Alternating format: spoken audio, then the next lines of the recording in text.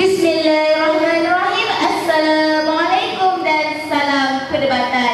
Terima kasih kepada Tuan Dipertua yang dihormati Barisan Kerajaan, Barisan Pembangkang serta Sidang Dewan Warga Perwakilan. Usul masih sama, satu murid satu sukan, bencana kecemerlangan pelajar. Duduknya Perdana Menteri tidak memandang pandangan kami untuk terus memantapkan hujah-hujah kami terhenti sekadar ini saja. Malah bangkitnya saya selaku Menteri Kedua akan memantapkan lagi pendirian kami di meja kerajaan serta menolak pendefinisian meja pembangkang. Atas kesedaran, atas rasionalnya, harus diingatkan di sini bahawa dasar satu murid satu sukan dicetuskan berlandaskan falsafah pendidikan kebangsaan, melihat kepada usaha berterusan ke arah perkembangan potensi individu berdasarkan aspek jasmani, emosi, rohani dan intelek bagi menjana kecemerlangan pelajar. Hakikatnya pada hari ini kita membincangkan dasar satu murid satu sukan. Jadi jika berlaku sebarang kebincangan, dasar ini tidak boleh dipersalahkan kerana penambahbaikan akan dilakukan dari semasa ke semasa. Saya teruskan dengan gerak kerja saya seterusnya, iaitu sesi pembidasan. Yang Amat Muhammad, Ketua Pembangkang, telah mengemukakan satu usul di bawah kata kunci kemudahan prasarana tidak memenuhi standard. Tuan Yang Dipertua, bukankah berkali-kali kami di perwakilan kerajaan menyatakan bahawa Kementerian Pelajaran Malaysia akan melaksanakan penambahbaikan daripada semasa ke semasa? Bukankah di sini ini menunjukkan adalah satu usaha yang telah dilaksanakan bagi melaksanakan objektif penubuhan dasar satu murid satu sukan yang berlandaskan falsafah pendidikan kebangsaan agar dapat melahirkan individu yang cemerlang daripada aspek jasmani, emosi, rohani dan intelek. Nampaknya kanak-kanak cepat belajar, dipersilakan dahulu. Kami di pihak perwakilan pembangkang masih melihat ada sekolah-sekolah yang tidak mendapat prasarana yang mencukupi. Mohon perjalanan. Terima kasih Yang Berhormat. Yang Berhormat, bayangkan di negara ini terdapat 10,000 buah sekolah Yang Berhormat. Pihak kerajaan sudah pasti akan melakukan penambahbaikan dari semasa ke semasa, peringkat-peringkat. Jadi kita perlu melihat pelaksanaan itu.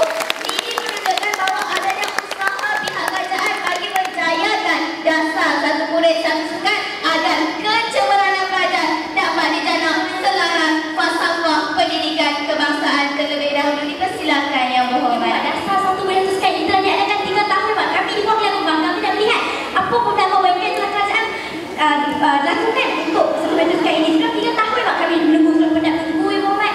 Terima kasih Yang Berhormat. Yang Berhormat, nampaknya Yang Berhormat tidak peka dengan perkembangan semasa. Yang Berhormat, bukankah pihak kerajaan telah memperuntukkan sebanyak hampir 53 juta untuk proses penambahbaikan bagi menjayakan proses pelaksanaan dasar satu murid satu sukan yang merangkumi penambahbaikan dari sudut alatan sukan, prasarana dan sebagainya. Harap jelas di perwakilan pembangkang. Saya teruskan dengan gerak kerja saya seterusnya, iaitu sesi penghujahan. Hujah saya pertama bernaung atas kata kunci satu murid satu sukan, tonggak kecemerlangan intelek. Tuan Yang Dipertua, seperti yang kita sedia maklum, penubuhan dasar satu murid satu sukan bertujuan ke arah perkembangan individu bagi menjana kecemerlangan pelajar. Sidang Dewan Warga Perwakilan, bagi mencapai matlamat penubuhan dari aspek intelek, antara objektif yang digariskan melalui dasar satu murid satu sukan ialah memberi keseimbangan antara keperluan fizikal dan akademik. Jadi di sini kita dapat melihat bahawa perkembangan sistem pendidikan negara kita pada zaman era modernisasi kini, kajian mendapati hampir 87.49% pelajar di negara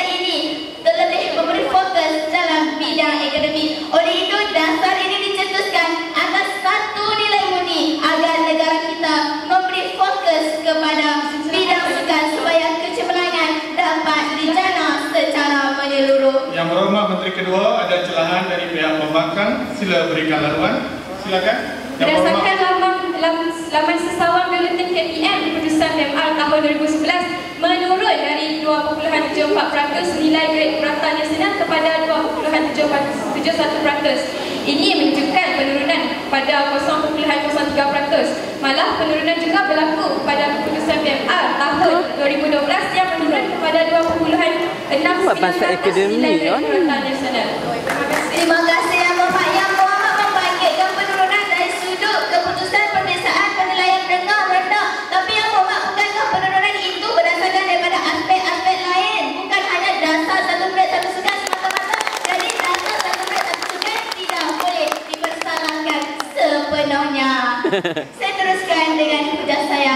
Hasil dapatan kajian seorang pakar neurologi University of Edinburgh, Profesor Winston Charles, tekanan yang dialami oleh manusia akan mengganggu saraf-saraf otak daripada berfungsi dengan baik, dan neuron dalam otak tidak dapat berhubung dengan menyebabkan kurangnya kreativiti dan inovasi. Dalam arti kata lain, menyebabkan tekanan otak menjadi lembab.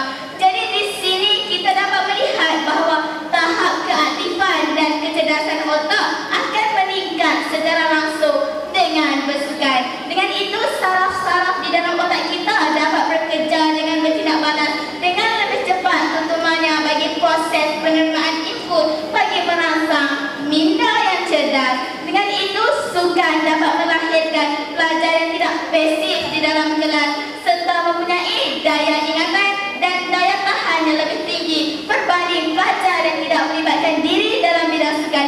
Jadi di sini kita dapat melihat bahawa wujudnya keberkesanan dalam program Satu Murid Satu Sukan.